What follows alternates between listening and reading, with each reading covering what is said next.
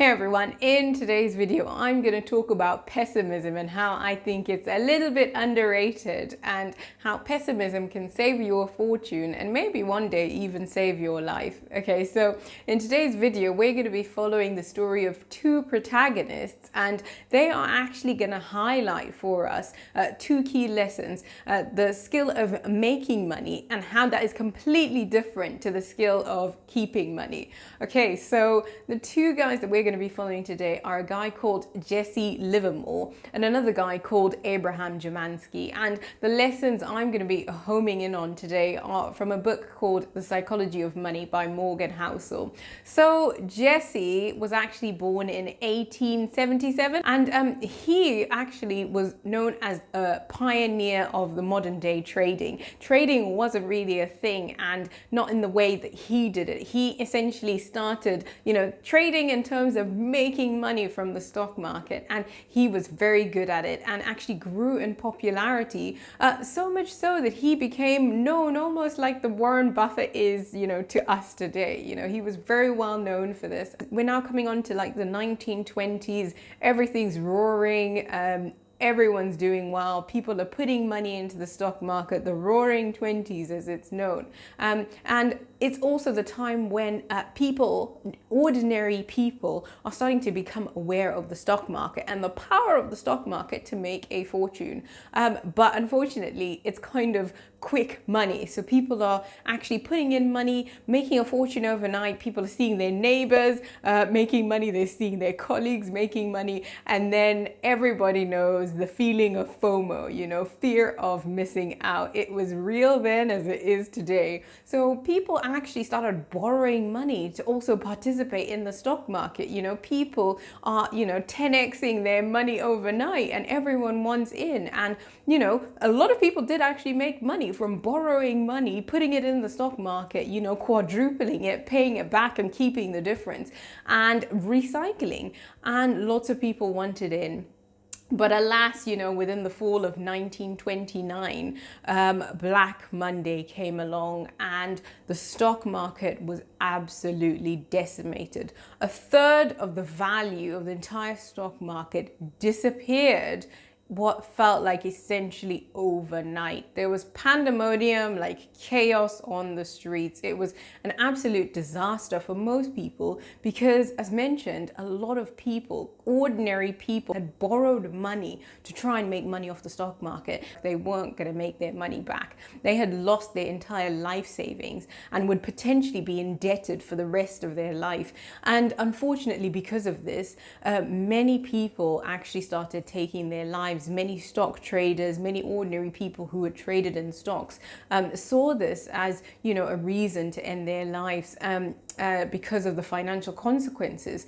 And now Dorothy, who was Jessie's wife at the time, was completely nervous because we all know that, her husband was really popular at this. And, she was concerned that he might have been one of the people who had completely lost everything, and maybe even the very worst, lost hope, lost the final hope. And so she stood at the threshold of her house, as the story goes, looking down the road for Jessie to appear, hoping he would come home. His mum was wailing in the kitchen, as the story goes. And fortunately, she started to see a shape coming up the road, and it was the shape of her husband, Jessie. Relieved, she hugged him, and he looked, wondering what on earth is going on, He's seeing the whole household absolutely sobbing in bits, and he couldn't understand what on earth was happening. But then finally the penny dropped, and he realized that they had assumed that, something bad had become of him because of what was happening to everyone else. And he then, explained the news to them. He let them know that on that day, Jessie was indeed as good as the people said he was. He actually had anticipated that the stock market was going to go down. And what he had done was what's known as shorting the stock. So he had bet against the stock going up. And overnight, Jessie became one of the wealthiest men in the world. So his story was completely different to the majority of the population, which takes us to the story of Abraham Germansky. Abraham Germansky was an attorney of law at the time. And like everyone else, he had piled in money into the stock market. And, he thought it was a sure bet, a sure win. It had gone up and up and up for decades. What could go wrong? And unfortunately, Black Monday happened and he lost a fortune. And Abraham's wife sent people out to look for him, like many other wives were doing at the time. And his friend apparently had seen him in front of the New York Stock Exchange tearing up the ticker signs. The ticker signs were what, the stocks were actually listed on back then. They didn't have, the Robinhood trading 2-on-2 apps that you've got now, although, I don't know if Robinhood's going to be as popular now, but they didn't have the apps that exist now, and the ticker signs were what we used. And he was last seen in front of the New York Stock Exchange, ripping those ticker signs to shreds, chucking them on the street and walking away. And unfortunately, Abraham Germansky was never to be seen from again, and it is assumed that he sadly must have taken his own life. So these are two completely different stories. And where does the overlap happen? Jessie had actually grown in confidence. He grew in popularity. His popularity skyrocketed even more after this because it just showed that he knew what he was doing, right? So he kept trading. He kept making bigger bets. He kept going bigger, go big or go home, right? And he essentially was like the Mike Tyson of, the stock market. Like he just couldn't lose. He couldn't lose. He started taking bigger and bigger bets, bigger and bigger fights, as it were. And eventually he took one fight too big for him. He took one bet that was too much, and he made a massive loss, and it continually went that way. And as the story goes, he went off, and went missing for 3 days and came back, and since then he was never the same. And unfortunately, Jessie also took his own life by gunshot to the head. And I'm really sorry to share such a depressing story with you, but it is the story that's shared by the author. And the point that he's trying to make is that, the skill that you use to earn money, to grow money, is not the same skill set that you use to keep money. And, if you have a job right now, you have the ability to earn income, but that isn't the big win. The big win is your ability to keep your income, the ability to actually make something of that income that lasts beyond just the momentary victory of actually getting that payment in.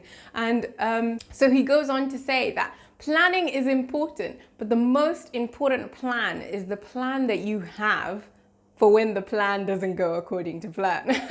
It's a massive mouthful, but in essence, what he is saying is that the most important plan is always thinking about the worst case scenario. And he defines the skills that are required to earn wealth. And he talks about it needing you to be optimistic. You need to be an optimistic person, someone who always sees, things going up, things getting better.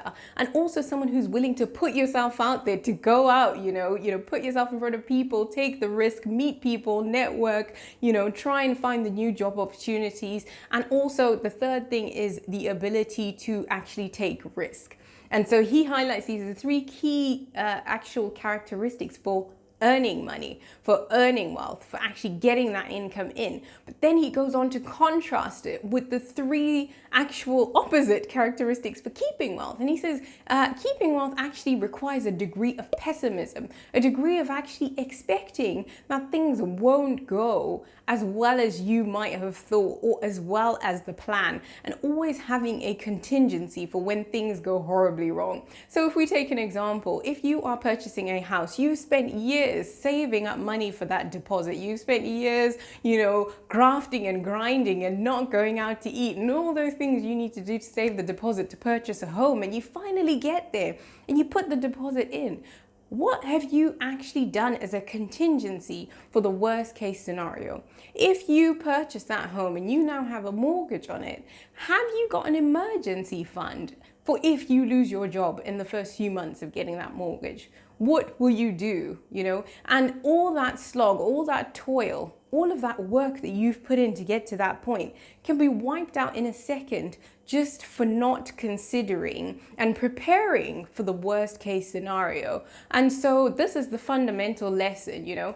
Are there things that you can do? Can you take out, you know, income insurance? Can you take out mortgage insurance? Can you take out all of these additional things that might mean that you have extra payments, but they give you that security, that thing that says that you have considered the worst case scenario and you have come up with a contingency. You know, survival is key. You know, surviving that job loss, you know, to be able to come out 6 months later and get another job is way more important than just jumping on and getting that property and having the excitement and the thrill of having, you know, finally arrived, but then losing it months down the line because, you know, you lost your job and you never had a contingency. And that can have a much longer, much more devastating impact than actually taking those extra 6 to 12 months to save up for that emergency fund or, you know, to pay for that insurance, you know. So this is how a little bit of pessimism is maybe healthy for life and could, you know, save you money and actually could save your life, because we all know that sometimes financial disaster has a massive impact on our mental health, and it can affect our family relations. It can affect, you know, our relationship with people around us that love us, that care about us. And sometimes, unfortunately, it can have quite a massive impact on just life, you know, our ability to hold on to life. And so it is actually a very important skill to start, you know, embodying now. Start trying to practice with every financial decision you're making. Think worst case scenario and think about the contingency you have for it and put that plan in action. I'm Mumbai from The Inspired Baobab. That's it from me today. Please click the like button if you found that useful. I share about all things money and mindset. And if you're interested in that, please subscribe. Bye.